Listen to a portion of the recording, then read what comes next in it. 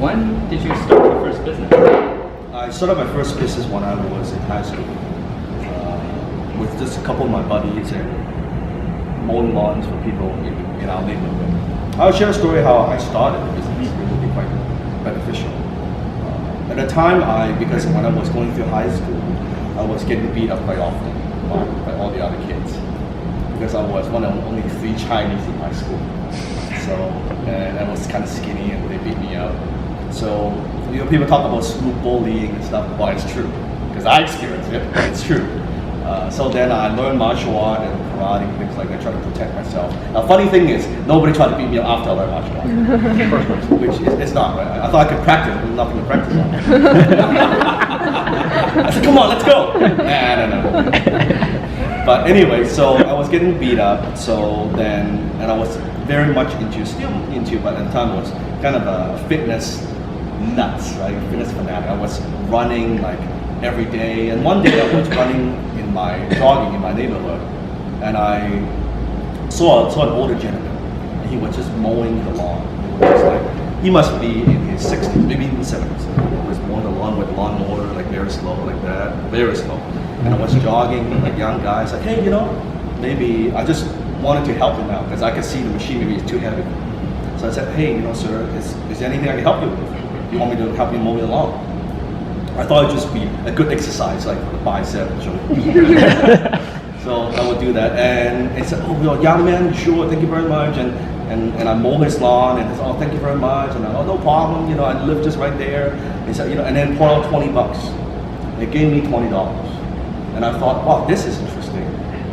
I never thought I would make money doing this, but damn, it's $20, and for a high school kid, it's $20. Yeah. And I'm like, maybe I thought to myself, maybe there are other people who would need the same service. Now, there's one problem though. I couldn't afford to buy a lawnmower because those machines are expensive. I mean, they could be, at the time, like $1,000, something like that, a machine, like with the gasoline and everything. So I came with the idea. I said, sir, I live around here. And the machine was brand new. I said, obviously this is too heavy for me. I said, would it be possible, would you consider if I help you mow your lawn every week, no charge, but you loan me your machine? And he said, well, young man, what the hell? I'm not using it, it's too heavy for me. Okay, sure. So then I got my lawnmower with none of my own money.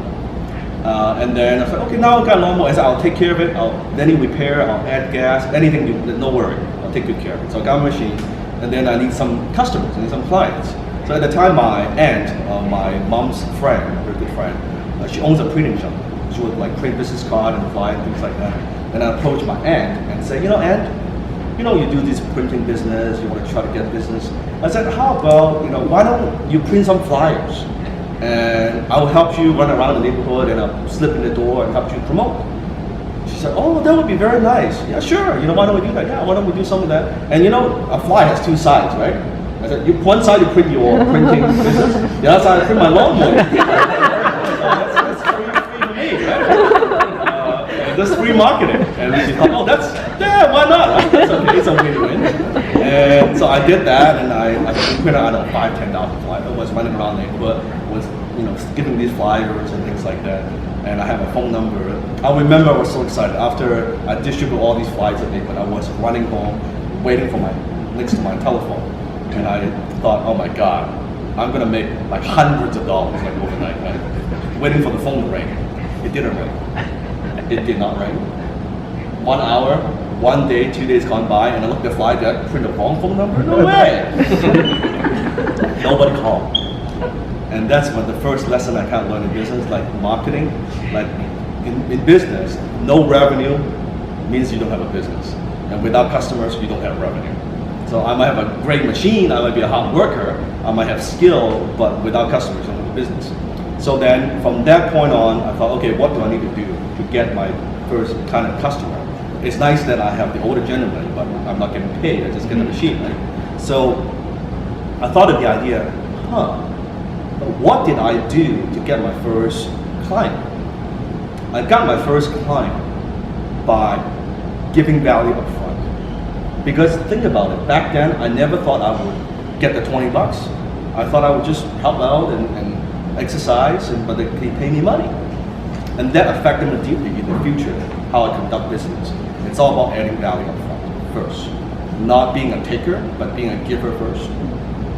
So from that point on, I said, okay, that's how I got my first client. So I went to, and it's Sarted at the time, the neighborhood with the nicest home with the tallest grass. Okay, tall, it was like up to here. And I would mow the entire lawn. I mowed the entire lawn. I took the flowers, everything. I took all the weeds. I mean, it was spectacular before and after. After I'm done, I sit at the steps, just waiting for the owner to come back. Lady drove by, and she actually drove by because she didn't recognize her house. She drove by, and then she came back, and then she parked, and then she went up to say, "Oh, Yao Man, what are you doing in front of my house?" I said, "You know what?" I said, "Ma'am, I saw your lawn. It seems like the grass is quite long and tall, and I just mowed it for you. And I'm a young guy. I'm running a little business here. Here's my flyer. If you need somebody else, let me know." He's like, "Oh, this is perfect. You know, my husband travels all the time. He's not home. The damn machine is too heavy. I don't want to use it. This is perfect." He pulled out She pulled out $100. She gave me $100, and I thought this is awesome. I got my first client, right? And then from there, I knocked on her neighbor, right? And I said, "Hey, you know what? The neighbor, I forgot her name. This is something I forgot her name. That I'm coming back next week to mow her lawn. Since I'm in the neighborhood, if you need your lawn mowed, how you do? Right? In a very short period of time, kind of, I dominate that little neighborhood. But that's the first lesson. Now, the lesson is this: two things. Number one is in business, adding value up front, not asking anything in return. And you might not get anything in return, but adding value up front to other people's lives. And that's why I do a lot of things, like you mentioned, YouTube and speeches for free, because you don't know who you're going to touch. You don't know who you're going to touch. I have a partner right there, Matt, who's working away. Matt owns Internet Mastermind. It's one of the largest internet mastermind groups in the world with over 5,000 members. I met Matt almost 5 years ago when I was doing a speech, and I gave him a copy of my book. That's how we made that connection. And from there, now today, we are business partners 5 years later. So you don't know who you're going to touch. Adding value up front. Second thing is, think of the first gentleman, the older gentleman, how I structure the deal. Mm-hmm. It's a win for him, it's a win for me, it's a win for my client. So it's a win-win kind of situation. Same thing with everything else. With my aunt, the flyer, well, it's a win for her, it's a win for me as well. So in business, you want to strive to kind of be win-win all the time. There are some deals where you win-lose where you make money and other parties don't.